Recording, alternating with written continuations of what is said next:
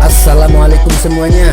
Semoga kalian semua dalam keadaan sehat dan dilancarkan rezekinya.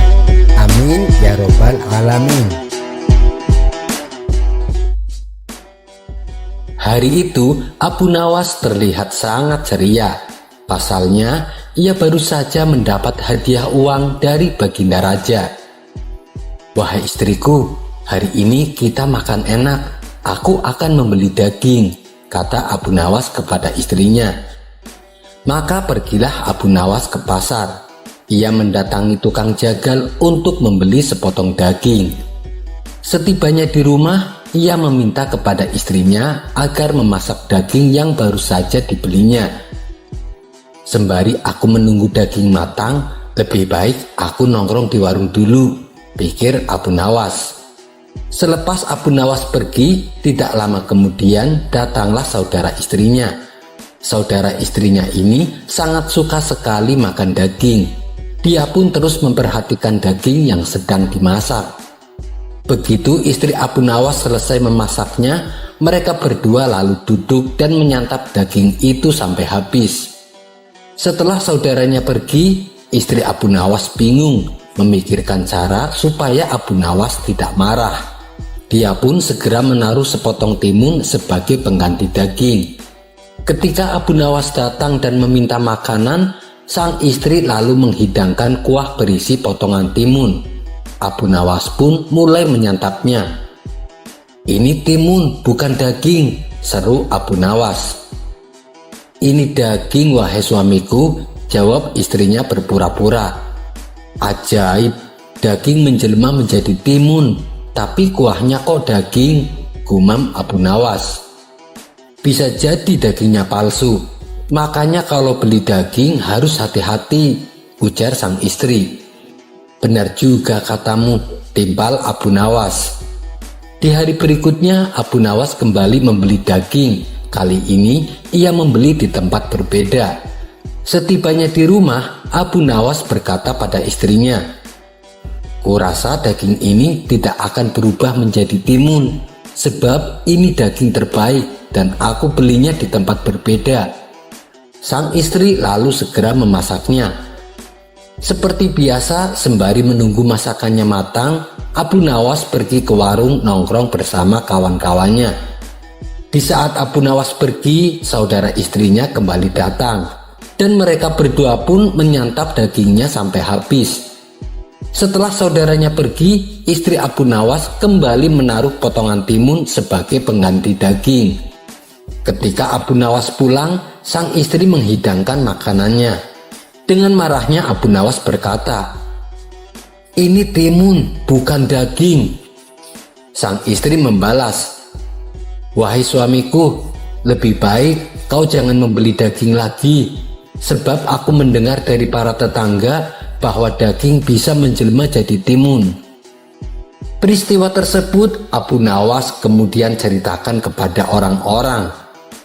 "Sungguh aneh, istriku memasak daging tapi setelah matang berubah jadi timun," ucap Abu Nawas.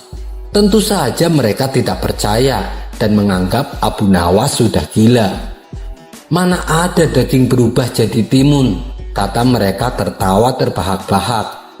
Lalu Abu Nawas pergi menemui tukang jagal untuk memastikannya. "Apa benar daging bisa berubah jadi timun?"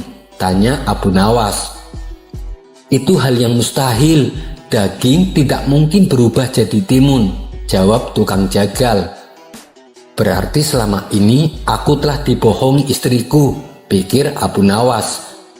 Untuk mengetahui kebenarannya, Abu Nawas lantas membeli daging untuk ketiga kalinya. Seperti biasa, daging tersebut ia berikan pada istrinya untuk dimasak. Kemudian Abu Nawas pura-pura pergi. Di saat itulah saudara istrinya datang dan memakan daging yang sudah dimasak bersama sang istri. Abu Nawas langsung memergoki mereka berdua.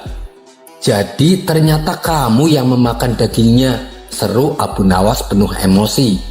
Abu Nawas kemudian menahan saudara istrinya dan memasukkannya ke dalam peti. Selanjutnya, Abu Nawas pergi ke rumah mertuanya. Ia bermaksud melaporkan perbuatan istri dan saudaranya. Setelah Abu Nawas pergi keluar dari rumah, sang istri segera membuka peti dan mengeluarkan saudaranya. Lalu sebagai gantinya, dia menaruh seekor keledai kecil milik tetangganya dan menutup kembali peti tersebut seperti semula. Tidak lama kemudian, Abu Nawas datang bersama mertua dan para tetangganya. "Lihatlah perbuatan kedua anakmu," ucap Abu Nawas kepada mertuanya. Abu Nawas lalu membuka peti untuk membuktikan ucapannya. Betapa kagetnya Abu Nawas ketika peti dibuka, ternyata isinya seekor anak keledai. "Kamu memang sudah gila, Abu Nawas," kata orang-orang yang hadir. Tentu saja hal ini membuat Abu Nawas menjadi malu. Ia pun melirik ke arah istrinya dan berkata, "Orang yang merubah daging jadi timun, ternyata bisa juga merubah anak manusia menjadi keledai." Kisah selanjutnya. Seperti biasa, saat menjelang masuknya bulan Ramadan, Kota Baghdad menerapkan undang-undang yang hanya diberlakukan saat bulan puasa. Undang-undang tersebut berisi barang siapa yang ketahuan makan atau minum di tempat terbuka saat siang hari akan dikenakan hukuman penjara selama sebulan. Hal itu bertujuan untuk menghormati umat muslim yang tengah melakukan ibadah puasa. Suatu hari, Abu Nawas tampak bersiap-siap pergi ke hutan guna mencari kayu bakar untuk dijualnya ke pasar. Meskipun sedang puasa, tak menyurutkan semangatnya untuk tetap bekerja menafkahi keluarganya. Setelah waktu menjelang siang, Abu Nawas pun pulang ke rumah dengan membawa kayu bakar. Kali ini, kayu yang diperolehnya cukup banyak, sehingga membuat Abu Nawas merasakan letih. Mungkin karena saking capeknya, Abu Nawas sampai lupa kalau hari itu adalah bulan puasa. Begitu ia tiba di rumah, ia langsung mengambil segelas air dan sepotong roti lalu dibawanya ke teras rumah. Dengan asiknya Abu Nawas melahap roti dan meminum segelas air. Ternyata perbuatan Abu Nawas ini ketahuan oleh Abu Jahil selaku tetangganya. "Akan aku laporkan sama Tuan Hakim supaya Abu Nawas dihukum," pikir Abu Jahil kegirangan. Maka pergilah Abu Jahil menuju rumah Tuan Hakim dan mengadukan perbuatan Abu Nawas. "Kamu yakin dengan yang kau lihat?" tanya Tuan Hakim. "Saya yakin sekali, Tuan, dan saya berani bersumpah," balas Abu Jahil. Tuan Hakim lalu menyuruh beberapa prajurit istana untuk memanggil Abu Nawas di rumahnya. "Tuan Abu, sekarang juga Anda ikut kami menghadap Tuan Hakim," kata komandan prajurit. "Memangnya ada apa?" tanya Abu Nawas heran. "Ada yang melaporkan kalau Anda telah berbuat kesalahan," jawab komandan prajurit. "Kesalahan apa yang saya perbuat? Saya tidak merasa melakukannya," tanya Abu Nawas semakin bingung. "Pokoknya Anda harus ikut kami. Nanti Anda tanya sendiri di pengadilan," balas komandan prajurit. Abu Nawas pun akhirnya diseret ke pengadilan dan dihadapkan kepada Tuan Hakim. Sesampainya di sana, ternyata sudah ada Abu Jahil dan Tuan Hakim. "Hei Abu Nawas, apa benar tadi siang kamu makan dan minum di depan rumah?" tanya Tuan Hakim. Mendengar pertanyaan tersebut, barulah Abu Nawas tersadar bahwa ia telah melakukan kesalahan. "Oh iya, aku benar-benar lupa kalau hari ini adalah bulan puasa," kata Abu Nawas dalam hati. "Hei Abu Nawas," ditanya malah bengong. "Apa benar kamu melakukannya?" tanya Tuan Hakim kembali. "Iya benar Tuan, tapi dari mana Tuan bisa tahu?" kata Abu Nawas balik bertanya. "Abu Jahil yang melaporkanmu. Ia melihatmu makan dan minum di depan rumah. Kamu kan tahu Abu Nawas, selama bulan puasa ada undang-undang yang melarang makan dan minum pada siang hari, apalagi di ruangan terbuka," tutur Tuan Hakim. "Iya, saya tahu Tuan Hakim," balas Abu Nawas. Bukankah kamu seorang muslim? Kenapa kamu melanggar hukum agama dan hukum negara? Hukumanmu bisa menjadi 2 kali lipat, Abu Nawas, ujar Tuan Hakim. Sudah, hukum saja Abu Nawas, Tuan Hakim. Paling-paling alasannya karena lupa, timbal Abu Jahil. Apa alasanmu melakukan itu, Abu Nawas? Kalau alasannya karena lupa, saya tetap akan menghukum kamu. Karena alasan tersebut bisa saja adalah suatu kebohongan, kata Tuan Hakim. Kurang ajar Abu Jahil. Ternyata dia masih saja mencari-cari kesalahanku, gerutu Abu Nawas. Tapi namanya saja Abu Nawas. Dengan akal cerdiknya, ia dengan mudah bisa lepas dari hukuman yang akan menjeratnya. Begini Tuan Hakim, saya ini kan seorang musafir, makanya saya makan dan minum saat puasa. Bukankah seorang musafir diperbolehkan membatalkan puasa? Ujar Abu Nawas. Seorang musafir? Kamu ini bukannya tinggal di sini sudah lama, dan aku tidak pernah melihatmu pergi kemanapun, kata Tuan Hakim. Coba lihat, saya ini masih hidup di dunia. Saya ini adalah seorang musafir yang sedang dalam perjalanan menuju akhirat, Tuan Hakim, tutur Abu Nawas menjelaskan. Mendengar hal itu, Tuan Hakim hanya terdiam. Begitu juga dengan Abu Jahil. Walhasil akhirnya Abu Nawas pun dibebaskan. Kisah selanjutnya. Di suatu sore yang cerah, Abu Nawas duduk di depan rumah sambil menghirup secangkir teh hangat. Sesekali ia bersenandung sholawat mengiringi hati yang tengah bahagia. Tapi tiba-tiba ia dikagetkan sekelebat bayangan hitam melintas tepat di depannya. Bayangan hitam tersebut terlihat menuju samping rumahnya. Karena penasaran, Abu Nawas pergi ke samping rumah, tepat di mana bayangan tersebut baru saja menghilang. "Hai, siapa di situ? Siapakah gerangan?" ucap Abu Nawas memastikan ada seseorang di sana. Ketika Abu Nawas mendekat, ia pun langsung terkejut. Ternyata itu adalah seorang laki-laki bersama anak kecil yang badannya penuh luka dan lebam. "Ada apa ini? Kenapa badan kalian penuh luka? Dari mana asal kalian?" tanya Abu Nawas.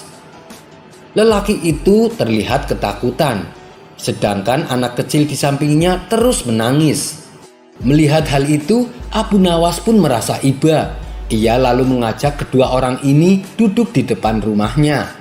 Tak lupa Abu Nawas juga memberinya makan dan minum. Setelah ketakutan mereka agak reda, barulah si lelaki menceritakan semua kejadian yang menimpanya. "Saya mendatangi peternakan domba milik saudagar kaya. Lalu saya mengambil sedikit susu domba untuk anak saya yang seharian belum makan. Saya akui saya bersalah karena telah mengambil tanpa izin. Kemudian saya mendatangi saudagar tersebut agar mau mengikhlaskannya. Tapi dia malah marah dan menghukum kami berdua. Saudagar tersebut memerintahkan para penjaga untuk memukuli saya dan anak saya. Kami berdua dihajar tanpa ampun. Ketika mereka lengah, kami berdua langsung melarikan diri dan bersembunyi di samping rumah tuan," kata lelaki itu menjelaskan. Berlinanglah air mata Abu Nawas mendengar cerita tersebut. "Kurang ajar saudagar domba itu," pikir Abu Nawas. Abu Nawas kemudian mengobati luka-luka mereka, membekali mereka beberapa makanan dan alat yang dibutuhkan untuk perjalanan pulang. Mereka pun sangat senang dan sangat berterima kasih kepada Abu Nawas. Setelah kedua orang itu pergi, Abu Nawas merasa lega. Ia kembali duduk di depan rumahnya sambil memikirkan kejadian yang barusan ia alami. Tanpa Abu Nawas sadari, ternyata sedari tadi ada yang memata-matainya. Dia adalah menteri sang raja yang menaruh dendam kepada Abu Nawas. Di saat yang sama, saudagar domba dan para penjaganya lewat di depan sang menteri. Si saudagar lalu menanyakan kepada sang menteri perihal seorang laki-laki dengan anaknya. "Apakah Tuan Menteri melihatnya?" tanya si saudagar. Mendengar itu, sang menteri langsung tersenyum sinis. Ini kesempatan yang tepat untuk membuat celaka Abu Nawas, pikir sang menteri. Ia pun lalu memberitahu kepada saudagar domba bahwa orang yang dicarinya berada di rumah Abu Nawas. Dengan cepat dan sigap, saudagar domba beserta penjaganya pergi menuju rumah Abu Nawas. Dari kejauhan, dari tempat duduk Abu Nawas melihat saudagar domba dan para penjaganya berjalan ke arahnya. Sebelum mereka melihat Abu Nawas cepat-cepat masuk ke dalam rumah dan menutup pintunya. Sesampainya di rumah Abu Nawas, saudagar dan para penjaga langsung membuka pintu rumah dan masuk tanpa permisi. "Hei Abu Nawas, apa kamu lihat seorang lelaki dan anaknya?" tanya saudagar domba. "Tidak. Selama aku di sini, aku tidak melihat siapapun," jawab Abu Nawas. Mendengar jawaban Abu Nawas, saudagar domba hanya terdiam. Ia tak berani membantah karena ia tahu bahwa Abu Nawas adalah orang kesayangan Baginda Raja. Kalau sampai ia mencelakai Abu Nawas, bisa-bisa ia beserta penjaganya dihukum mati oleh Baginda Raja. Mereka kemudian memilih untuk kembali mendatangi sang menteri. "Tuan Menteri, Abu Nawas tidak mengakuinya. Aku tahu dia telah berbohong," kata saudagar domba kepada sang menteri. "Harusnya kamu pukul saja dia, pasti dia akan mengaku," balas sang menteri. "Aku tidak berani, Tuan Menteri. Dia itu orang kesayangan raja. Kalau sampai dia kenapa-napa, aku bisa dihukum mati oleh Baginda Raja," ujar saudagar domba. "Ya sudah, begini saja. Kau adukan hal ini kepada Baginda Raja. Baginda Raja paling tidak suka dengan pembohong. Siapapun orangnya, kalau ketahuan berbohong, pasti akan dihukum," kata sang menteri menyarankan. Singkat cerita, saudagar domba menghadap Baginda Raja untuk mengadukan masalahnya. "Abu Nawas telah berbohong Paduka atas kesalahan yang dibuatnya," kata saudagar domba. "Memangnya apa yang telah dilakukan Abu Nawas?" tanya Baginda Raja. "Dia menyembunyikan seorang pencuri, Paduka. Pencuri itu telah mengambil susu dombaku. Saat aku mendatangi rumahnya, aku minta untuk menunjukkan keberadaan si pencuri.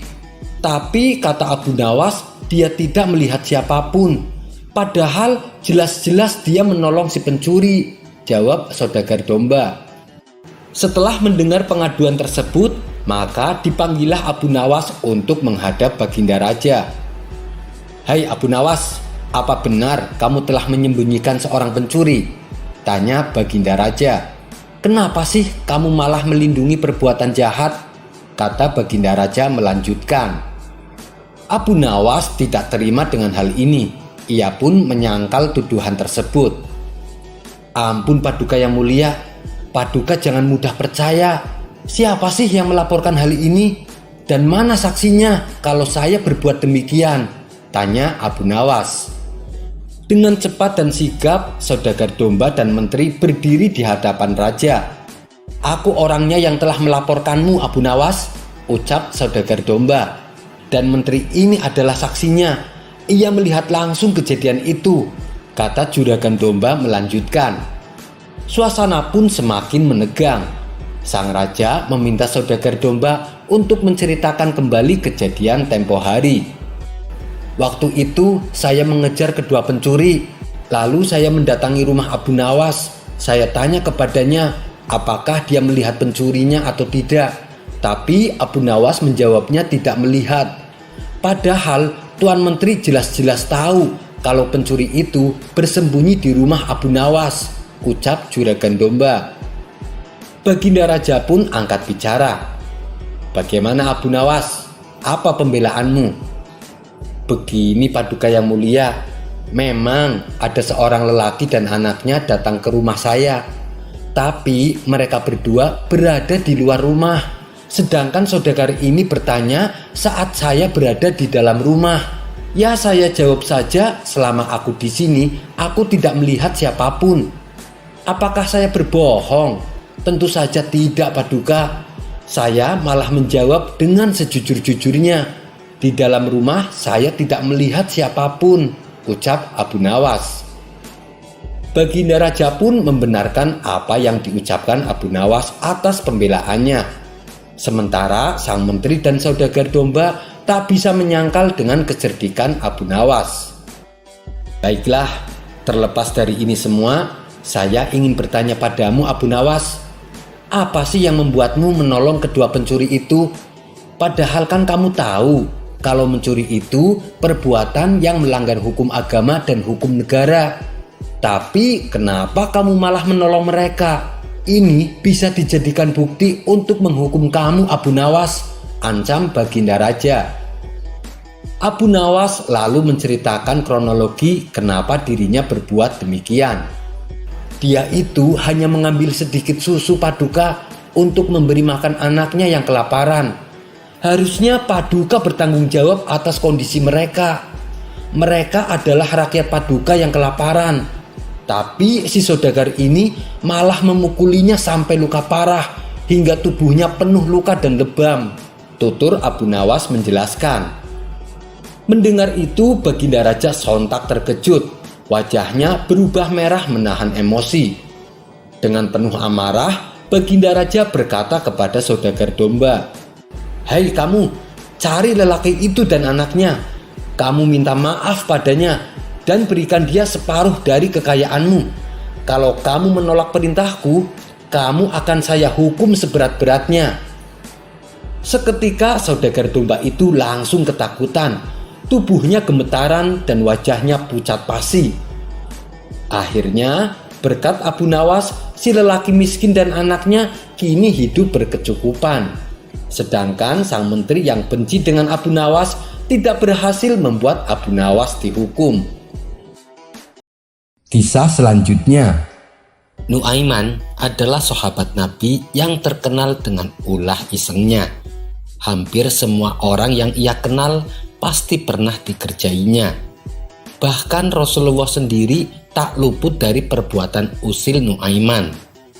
Para sahabat menyebutkan, tidaklah Rasulullah dalam keadaan sedih kecuali Nuaiman datang, dan Rasulullah akan tersenyum.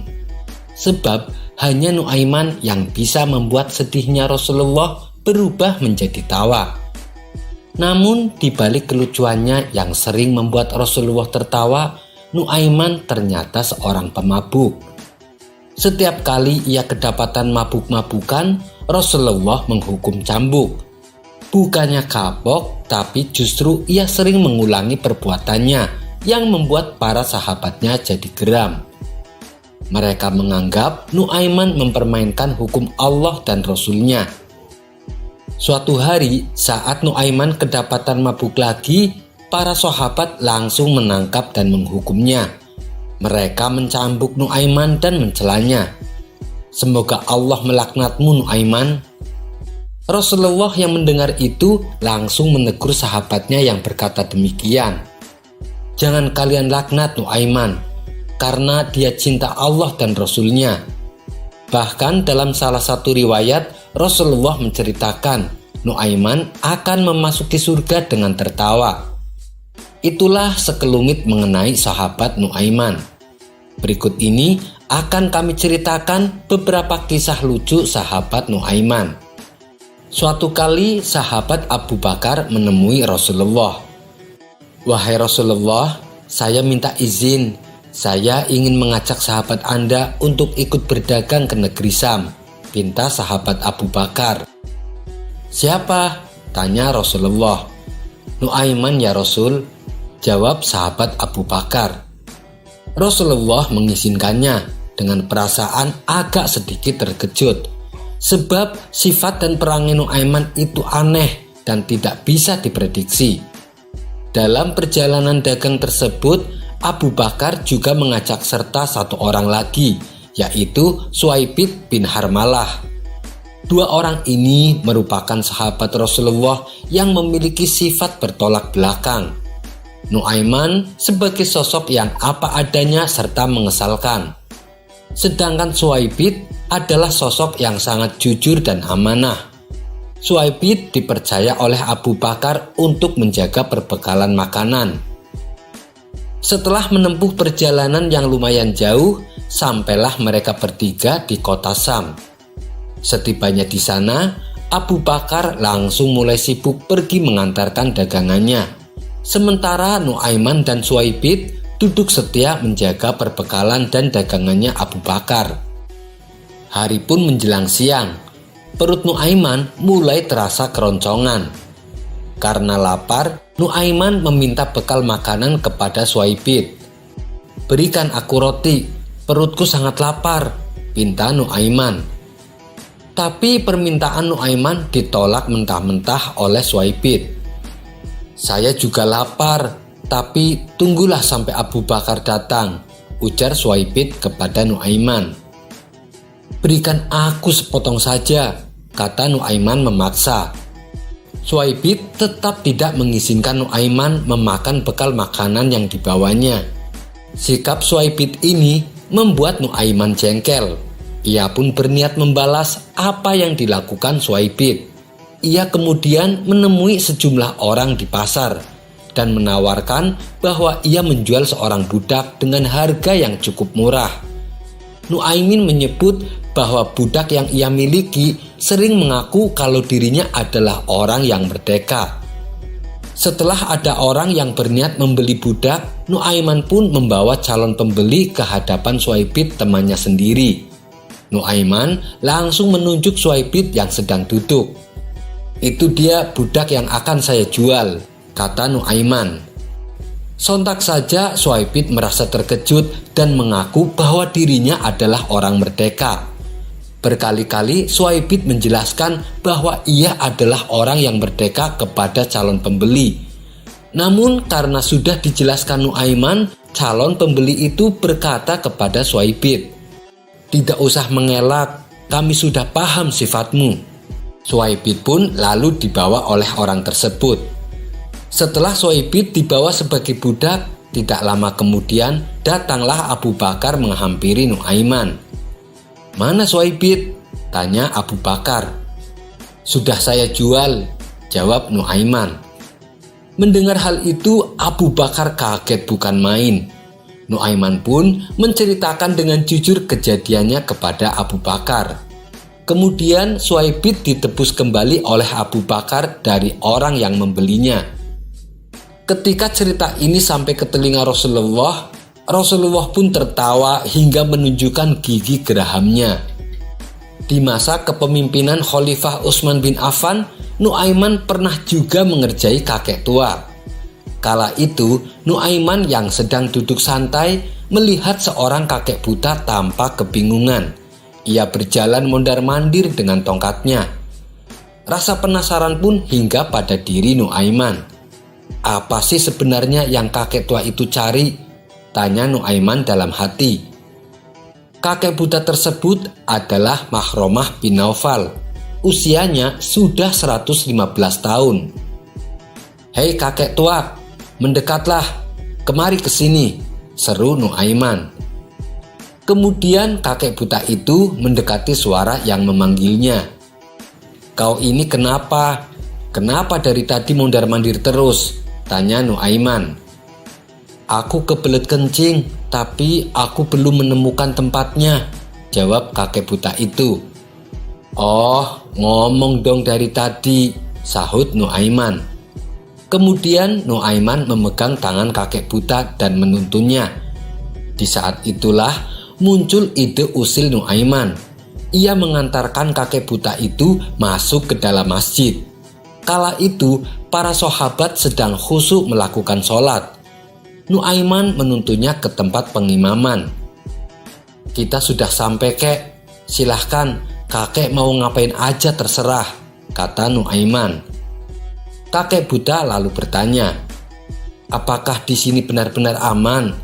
Apakah tidak ada orang?" Nuaiman menjawab, "Jangan khawatir, aman. Lakukanlah keperluanmu." Seketika itu Nuaiman langsung pergi meninggalkan kakek buta dan menghilang entah kemana. Sedangkan kakek buta mulai membuang hajat yang sudah lama diempetnya. Ia kemudian membuka celana dan kencing di tempat pengimaman.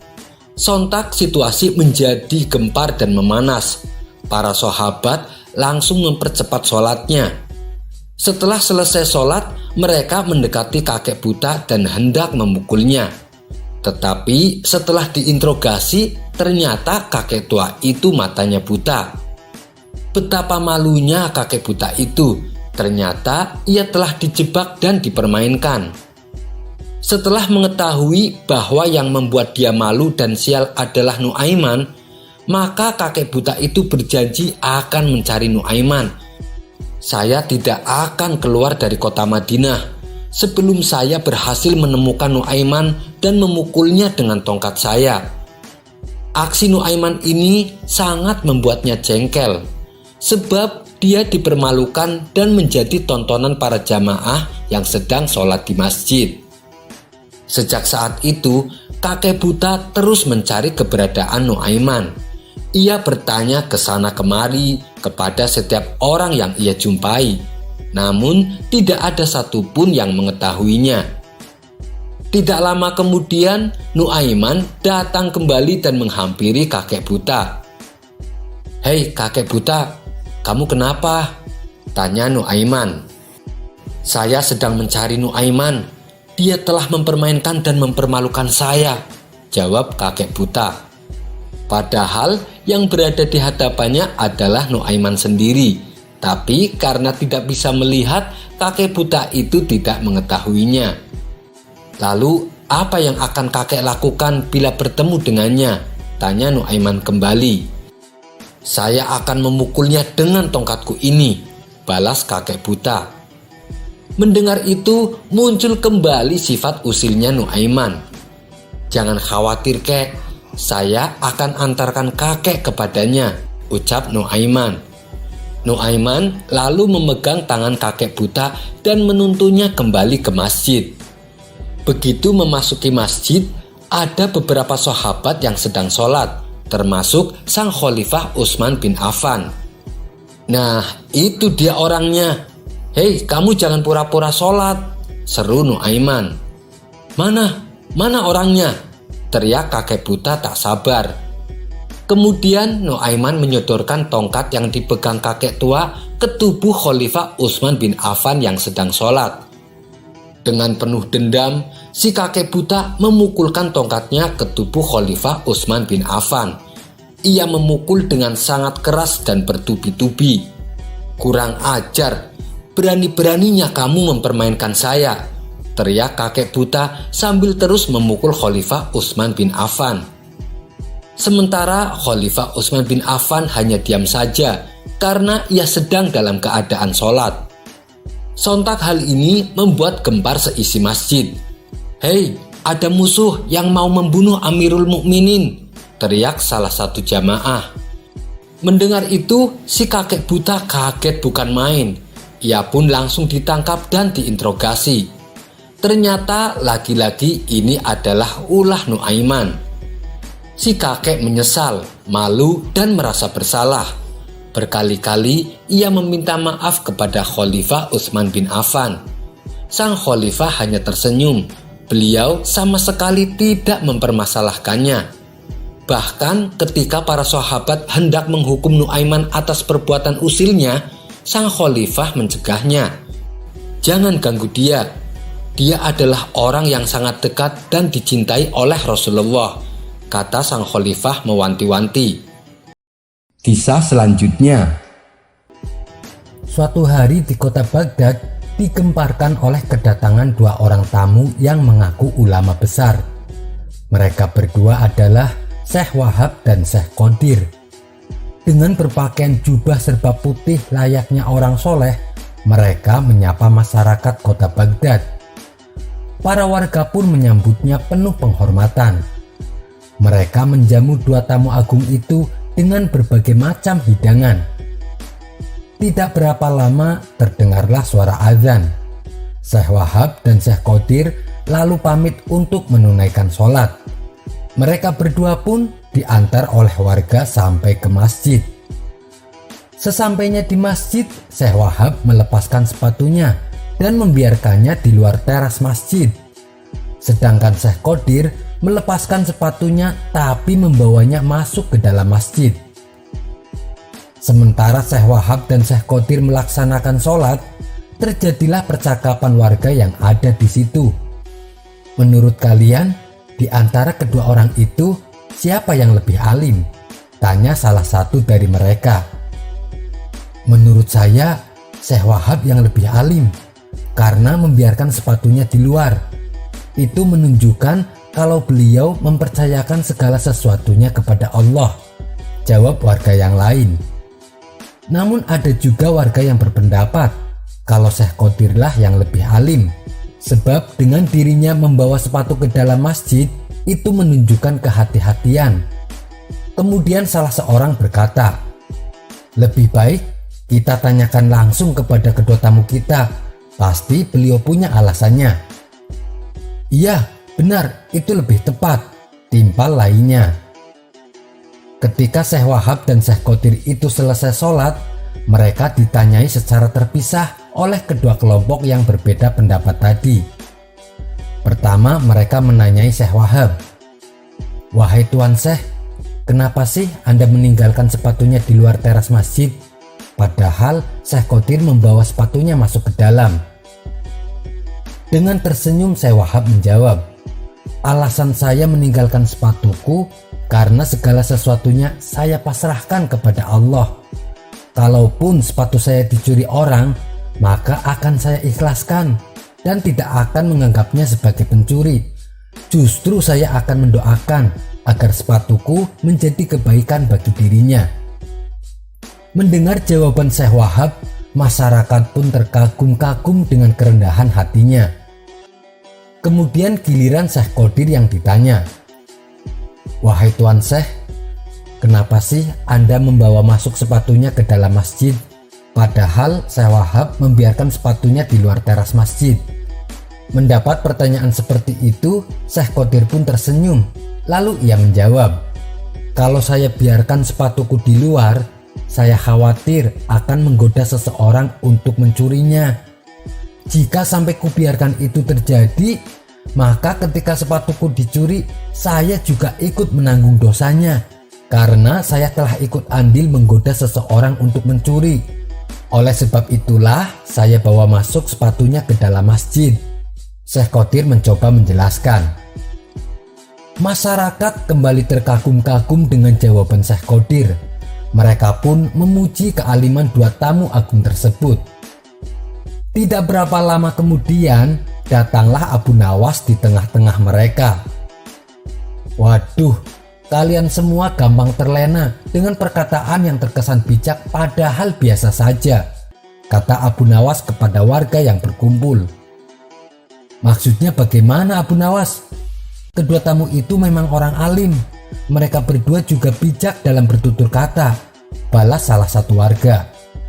Abu Nawas lalu menjelaskan, "Coba kalian perhatikan, antara sepatu yang dipakai Syekh Wahab dan Syekh Qadir, keduanya berbeda. Syekh Wahab membiarkan sepatunya di luar karena memang sepatunya sudah butut. Mana mungkin ada maling yang tergoda untuk mencurinya," ujar Abu Nawas sambil menuding sepatu yang sedang dipakai Syekh Wahab. "Dan sepatu yang dipakai oleh Syekh Qadir itu masih bagus dan saya kira harganya pasti mahal. Oleh sebab itulah dia khawatir sepatunya akan hilang. Makanya sepatunya ia bawa masuk serta ke dalam masjid. Kalian semua jangan terlena dengan seseorang yang mengaku berilmu hanya karena penampilan dan tutur katanya. Tapi kalian harus mengetahui sejauh mana kepandaian ilmu agamanya." Mendengar perkataan Abu Nawas itu, Syekh Wahab dan Syekh Qadir pun dibuatnya keki. Mereka berdua tahu betul siapa Abu Nawas. Akhirnya mereka memutuskan untuk pergi meninggalkan kota Baghdad. Kisah selanjutnya. Dikisahkan ada seorang pencuri yang lihai dalam melakukan aksinya. Hampir setiap malam ia mencari rumah-rumah penduduk untuk dijadikan sasaran. Hingga pada suatu malam ia mendapati sebuah rumah yang terlihat kosong. Si pencuri mengira rumah tersebut sedang ditinggalkan pemiliknya. Si pencuri tidak tahu kalau rumah yang ia akan satroni adalah milik seorang sufi besar yang bernama Ahmad bin Hasruya. Setelah lama mengamati, si pencuri merasa yakin kalau rumah itu tak ada penghuninya. Begitu situasi dirasa aman, ia langsung mencongkel pintu dan memasuki rumah tersebut. Ketika sudah masuk ke dalam, ia berusaha mencari barang berharga yang ada di dalam rumah. Namun betapa kecewanya si pencuri karena ia tidak memperoleh barang apapun. Akhirnya dengan perasaan dongkol, ia memutuskan untuk keluar dari rumah sang sufi.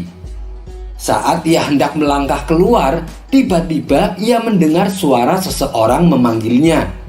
Tentu saja si pencuri merasa kaget dan panik. "Wahai anak muda, ambillah ember dan ambil air dari sumur. Terus berwudulah engkau dan kemudian dirikanlah sholat. Ingat, kalau ada sesuatu nanti akan kuberikan kepadamu. Jangan sampai engkau pulang dengan tangan hampa," kata sang sufi. Si pencuri pun terpaksa menuruti apa yang diperintahkan kepadanya. Ia mengira kalau tidak menuruti perintah tersebut, si pemilik rumah akan berteriak sehingga orang-orang berdatangan untuk menangkapnya. Dan ini tentu akan membuat dirinya dihukum penjara untuk waktu yang lama. Si pencuri kemudian sholat semalaman hingga waktu menjelang pagi. Di saat itulah ada kejadian aneh. Tiba-tiba ada seseorang datang mengetuk pintu rumah sang sufi. Tamu tersebut membawa kantong berisi 100 dinar dan menyerahkannya kepada sang sufi. Tamu itu lalu pergi begitu saja. Kemudian sang sufi menghampiri si pencuri yang tengah duduk di atas sajadahnya.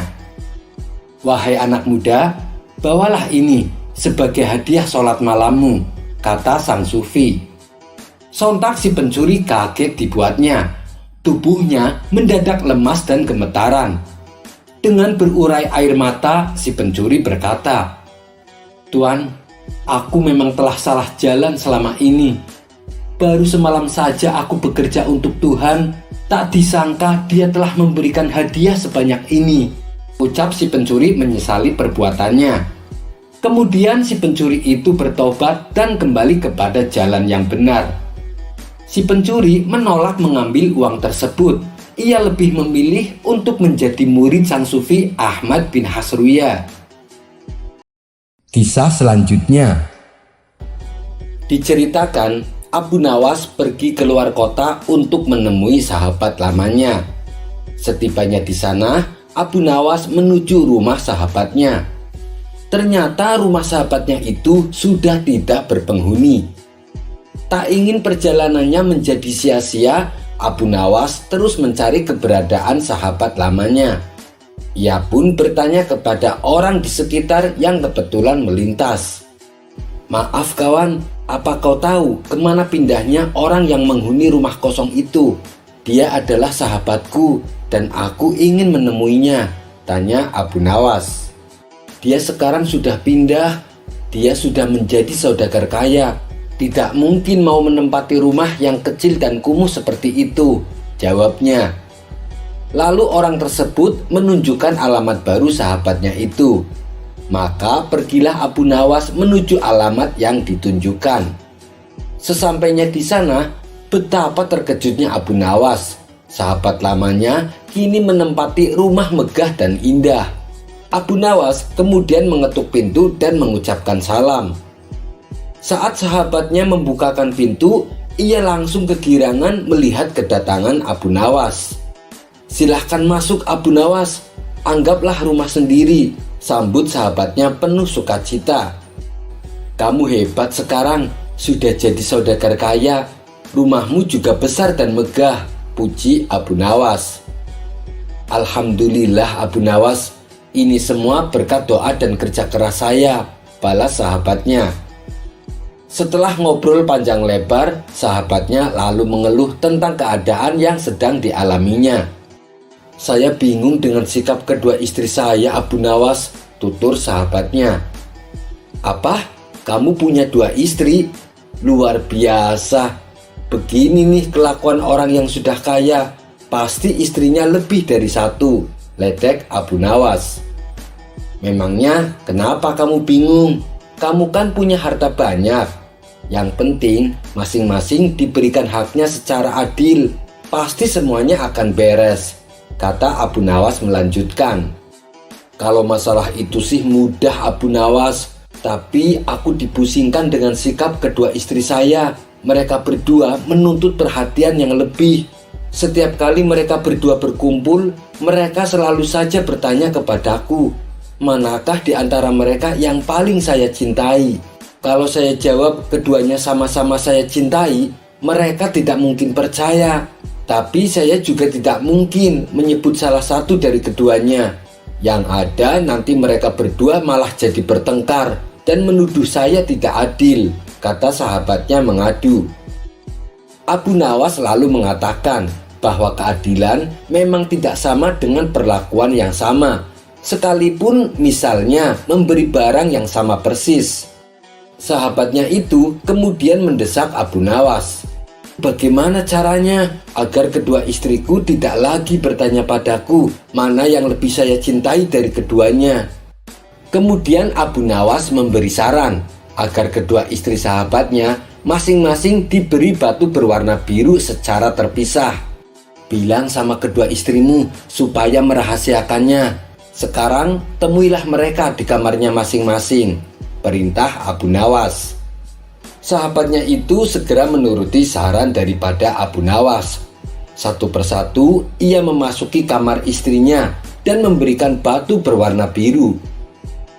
Wahai istriku, tolong jaga rahasia ini ya, dan simpan rapat-rapat batu ini. Jangan sampai ada yang tahu, pesan sahabatnya kepada istri pertama dan istri kedua secara terpisah. Setelah selesai menjalankan perintah tersebut, sahabatnya lalu kembali menemui Abu Nawas. Saranmu sudah aku lakukan, kemudian apalagi Abu Nawas? Tanya sahabatnya. Begini, aku akan pura-pura bertanya dan kamu jawab dengan suara yang lantang agar kedua istrimu mendengar, ucap Abu Nawas. Lalu Abu Nawas bertanya dengan suara yang cukup keras. Wahai sahabatku, kedua istrimu sangat cantik. Tapi mana istri yang paling kamu cintai? Sahabatnya itu juga menjawab dengan suara yang tak kalah lantang. Istri yang paling kucintai dari keduanya adalah dia yang kuberi batu berwarna biru. Dari dalam kamarnya masing-masing, kedua istri sahabatnya merasa dirinya yang paling dicintai oleh suaminya. Dan sejak itu mereka tidak pernah lagi bertanya siapa dari mereka yang paling dicintai oleh suaminya itu. Kisah selanjutnya. Di warung tempat Abu Nawas nongkrong, salah satu temannya terlihat murung karena sedang dirundung masalah. Tidak lama kemudian datanglah Abu Nawas. Melihat ada kawannya yang sedang murung, Abu Nawas merasa iba. Ia pun segera menghampiri kawannya itu. Hei kawan, sepertinya engkau sedang ada masalah ya. Coba ceritakan padaku, kata Abu Nawas membuka percakapan. Orang itu lalu menceritakan permasalahan yang sedang dihadapinya.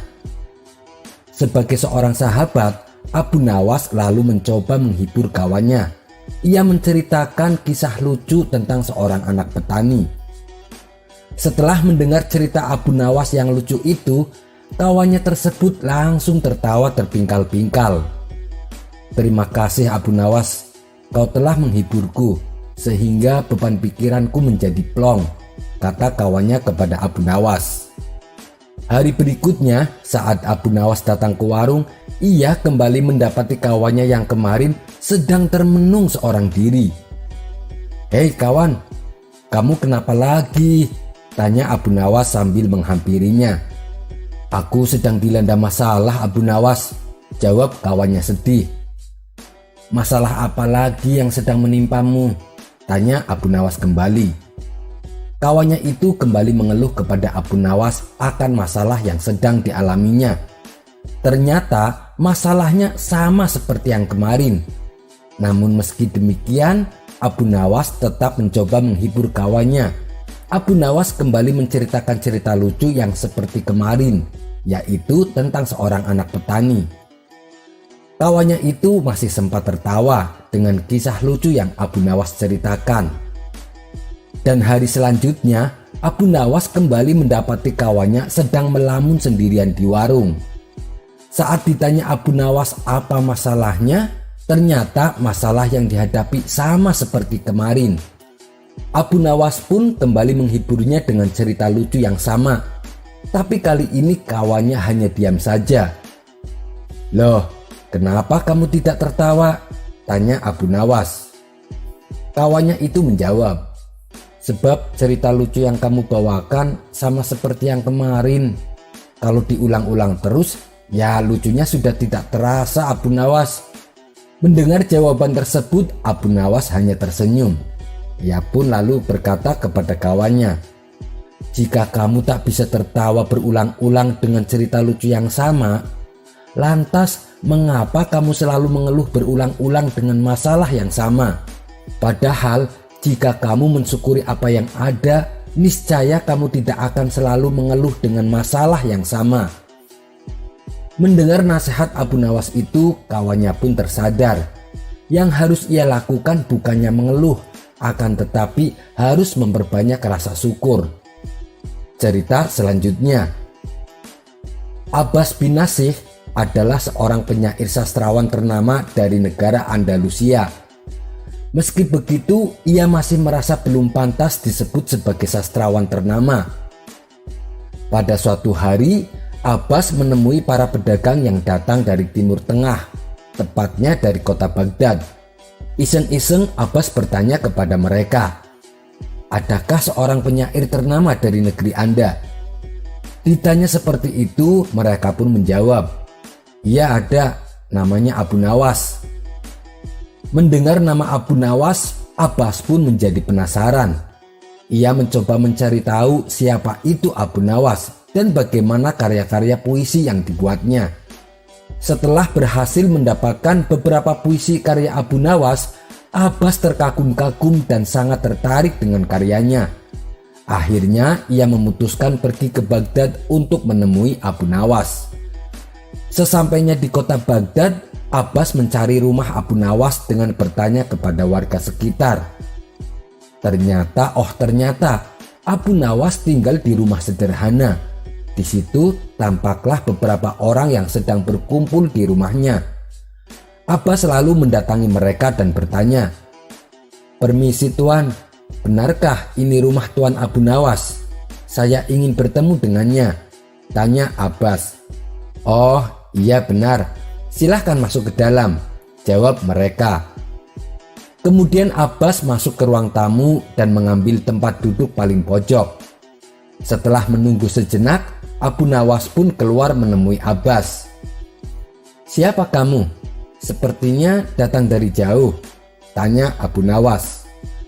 Pertanyaan tersebut sedikit mengagetkan Abbas, yang kemudian menjawabnya dengan merendah, "Saya hanya seorang peminat sastra, Tuan."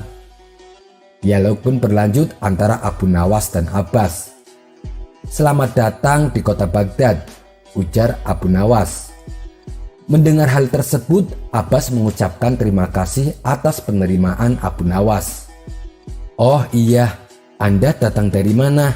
tanya Abu Nawas.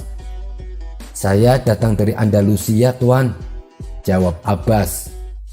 Mendengar jawaban tersebut, pembicaraannya pun menjadi semakin seru. Sebagai peminat sastra, tentu engkau hafal sedikit tentang puisi Al-Mahsi, tanya Abu Nawas. "Iya Tuan, saya hafal," jawab Abbas. "Kalau begitu, coba bacalah karyanya, aku ingin mendengar darimu," pinta Abu Nawas. Maka Abbas pun membaca beberapa puisi karya penyair tersebut.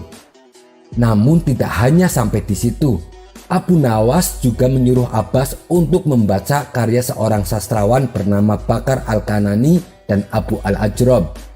Setelah Abbas selesai membacanya, Abu Nawas kembali berkata, "Kamu kenal penyair besar bernama Abbas bin Nasih?" Iya, saya kenal, jawab Abbas dengan sedikit kaget. Ia tak menyangka namanya dikenal oleh Abu Nawas. Baiklah, bacalah beberapa karyanya, pinta Abu Nawas. Maka Abbas segera membaca beberapa karyanya dengan penuh semangat. Setelah selesai, Abu Nawas berkata, "Aku yakin kamu adalah Abbas bin Nasih." Kemudian Abu Nawas beranjak dari kursinya dan memeluk Abbas bin Nasih dengan berkata, "Maafkan aku karena aku sempat tak mengenalmu." Tentu saja perkataan Abu Nawas itu mengagetkan yang hadir. Bagaimana tidak, Abu Nawas bisa mengetahui yang membaca puisi adalah Abbas, yaitu pengarangnya sendiri. Hingga ada seseorang yang bertanya kepadanya, "Wahai Abu Nawas, bagaimana Anda mengenal bahwa orang tersebut adalah Abbas bin Nasih?" Dengan entengnya Abu Nawas menjawab, "Oh, itu mudah saja. Ketika ia membaca puisi karya orang lain, sikap dan gerak-geriknya seenaknya saja. Tetapi ketika ia membaca puisi karyanya sendiri, ia tampak sangat bersemangat. Itulah yang membuatku yakin bahwa ia adalah Abbas bin Nasih." Kisah selanjutnya. Alkisah, Baginda Raja akan mengadakan pesta untuk menyambut hari jadi kota Baghdad. Pada hari itu, semua rakyatnya diundang dan dipersilahkan hadir untuk menyantap hidangan sesuka hatinya. Dan tentu saja, Abu Nawas pastinya diikut sertakan dalam acara tersebut. Kali ini, Abu Nawas mendapat tugas memasak burung bangau goreng kesukaan Baginda Raja. Hari yang ditunggu-tunggu pun tiba. Saat itu, suasana istana sangat meriah sekali. Orang-orang berkumpul tanpa ada batasan, baik kaya maupun miskin. Namun saat pesta sudah dimulai, Baginda Raja terlihat gelisah. Padahal orang-orang sudah ramai menyantap hidangan. Akan tetapi Baginda Raja tetap diam di kursi kebesarannya. Lalu salah satu menterinya bertanya pada Baginda Raja, "Ampun Paduka yang mulia, kenapa Baginda terlihat gelisah? Apakah Baginda sedang kurang bahagia?" tanya sang menteri. "Tidak, wahai menteriku. Saya sedang menunggu kehadiran Abu Nawas. Namun sampai saat ini kenapa ya belum juga datang?" ucap Baginda Raja. "Apakah Baginda sudah mengundang Abu Nawas untuk datang?" tanya menteri itu kembali. "Aku sudah mengundangnya," jawab Baginda Raja. "Malah aku menyuruh dia untuk memasak burung bangau kesukaanku." Sang menteri lantas berkata, "Kita tunggu dia sebentar lagi Paduka, pasti Abu Nawas akan datang." Sementara Abu Nawas yang sudah selesai memasak burung bangau di rumah mulai bersiap-siap untuk dibawa ke istana. "Langit mulai gelap, sebentar lagi pasti akan turun hujan. Aku harus cepat-cepat sampai ke istana," kata Abu Nawas sambil membawa hidangan burung bangau goreng. Karena perjalanan yang ditempuh lumayan agak jauh, di tengah jalan Abu Nawas merasakan lapar. "Perutku sudah tidak bisa diajak kompromi lagi," ujar Abu Nawas sambil menahan laparnya. Mau tidak mau, Abu Nawas pun lantas memakan satu paha burung bangau untuk mengganjal perutnya yang lapar. Singkat cerita, sampailah Abu Nawas di istana. Baginda Raja langsung terlihat ceria melihat kedatangan Abu Nawas. "Wahai Abu Nawas, kenapa lama sekali? Segera bawa ke sini makanan kesukaanku," ucap Baginda Raja kepada Abu Nawas.